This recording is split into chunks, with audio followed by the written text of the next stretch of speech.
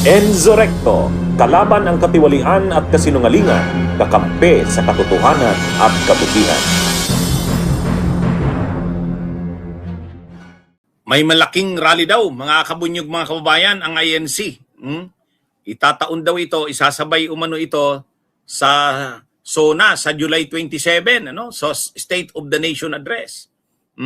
Ayan, nakalagay mismo sa news update, GMA News. Sabi ng PNP, Iglesia ni Cristo may isasagawang aktibidad sa July 27 kasabay ng SONA ni Pangulong Bongbong Marcos. Ibig sabihin, sasabayan ng Iglesia ni Cristo umano ayon sa PNP, magsasagawaan niya ito ng malaking rally. Nababalita yan, malaking rally daw ito. Ano kayang malaking rally? Gaano kalaki? Ang alam natin na malaking rally ng Iglesia ni Cristo, yung sa Luneta. Yung noon, nung umabot yatang mga 300,000 ba yun? Ngayon, sabi ng PNP, yung State of the Nation Address ni Pangulong Marcos sa July 27, mayroon daw aktibidad na gagawin ng Iglesia ni Cristo.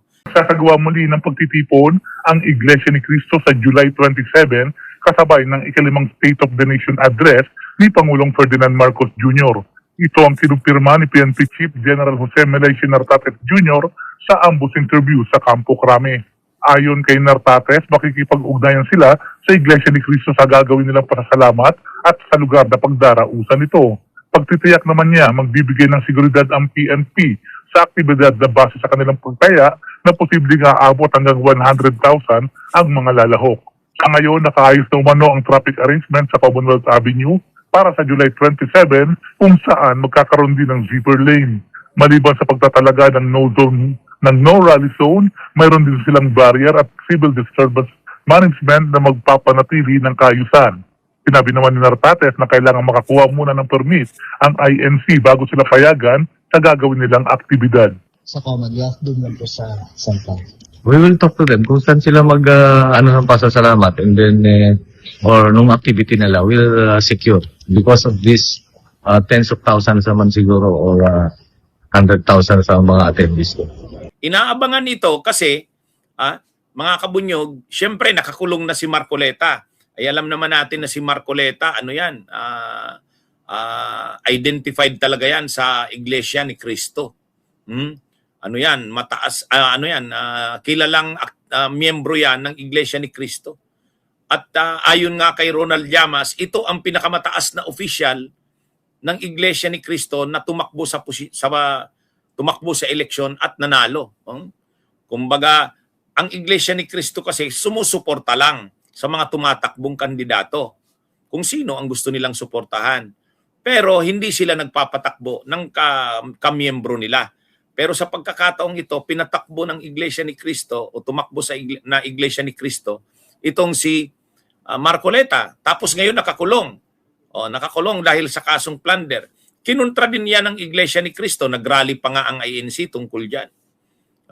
Nagrally ang INC noong June 30 saka July 1. Kaya lang, noon kasing rally na yon, maliit lang naman yung sumama doon. Parang nag 10,000 lang yata, 12,000 yung pinakamataas na bilang. Ngayon, anong pinaplano ng INC? Nung nagrally ang Iglesia ni Cristo noong June 30 at July 1, hindi pa naaaresto si Marcoleta noon. Pinipigilan nila noon na magkasuhan si Marcoleta at makulong. Ngayon, nakasuhan na, naaresto, nakulong. Anong plano ng Iglesia ni Cristo? May pinaplano ba ito? Kasi nitong nakaraang mga araw, yung grupong United People's Initiative, nag-aaraw-araw doon sa liwasan. Halos nag-aano sila doon, sunod-sunod ang rally nila doon. Yung United People's Initiative ni retired Major General Pukis. Pero kunti lang yung taong sumasama rin doon sa liwasan. Ngayon, ang Iglesia ni Cristo na ba ang mag-mobilize ng malaking rally? Inaabangan ito ng PNP. Sa katunayan, ang balita kanina, pumunta ang PNP sa INC para makipag-coordinate ng detalye ng rally nila. Saan ba ito gaganapin? Gaano ba karami ang taong a-attend? Yan, mga kabunyog, mga kababayan. Ano ito? aabangan ito kasi nung yung pinakahuling rally ng INC noong May 30 at June 30 at July 1, hindi pa naaaresto si Marcoleta noon.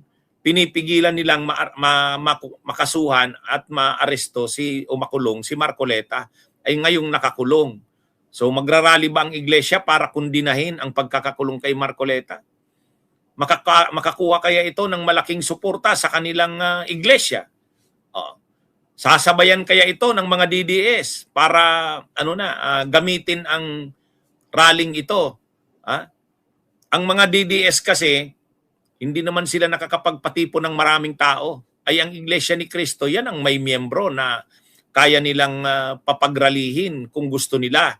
Ngayon, nag-anunsyo na ang Iglesia ni Cristo, ayon sa PNP, mayroong rally nga na gagawin.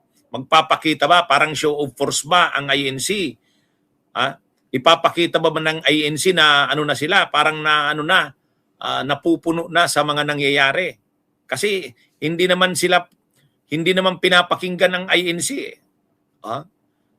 Halimbawa, yung panawagan nilang wag kasuhan si Marcoleta, hindi rin naman nila napigilan. Ibig sabihin ng administrasyon hindi napipressure sa rally ng iglesia. Kung ano yung batas, pinapatupad ng administrasyon. Hindi ito nagpapapressure sa iglesia, ang administrasyong Marcos. O ngayon, dahil natuluyan nga si Marcoleta, nakasuhan at nakulong, magpapakita ba ng pwersa ang iglesia? Parang hindi mo sinusunod, hindi ka nakikinig sa mga panawagan ng INC. O ito, mas malaking rally ito. Ganun ba? Ganun ba ang pinaplano ng INC sa July 27? Magpapakita na ba o show of force ang INC sa administrasyon para ang administrasyong Marcos ay seryosohin ang mga puna ng ng INC sa administrasyon? Napakarami na kasing komentaryo puna na hindi nagugustuhan ang INC sa administrasyong Marcos. Siyempre, lahat ng mga tungkol yan kay Duterte, mga tungkol yan kay kay Marcoleta, pero hindi nga nagpapapressure ang administrasyon Tuloy pa rin ang ginagawa ng administrasyon. Nakulong nga si Marcoleta ngayon, anong gagawin ng iglesia? Magrarally ba sila para ipaabot na parang napupuno na sila? Na ipapakita na nila ang galit nila sa administrasyon dahil hindi sila pinapakinggan. Maraming beses na kasi silang nag-voice out ng kanilang mga ayaw sa gobyerno Kaya lang hindi naman sila pinakikinggan ng gobyerno. Kung ano ang gagawin ng gobyerno, ginagawa pa rin. Hindi nagpapapressure ang administrasyon Katulad dito kay Marcoleta. Hindi, tinuluyan pa rin. Tinuluyan pa rin ang ombudsman. Ngayon, ang tanong, ito bang rallying ito ng INC na isasabay sa SONA sa July 27? Show of force ba ito? Ayan, abangan natin, mga kabunyog, mga kababayan. Magandang araw sa inyong lahat.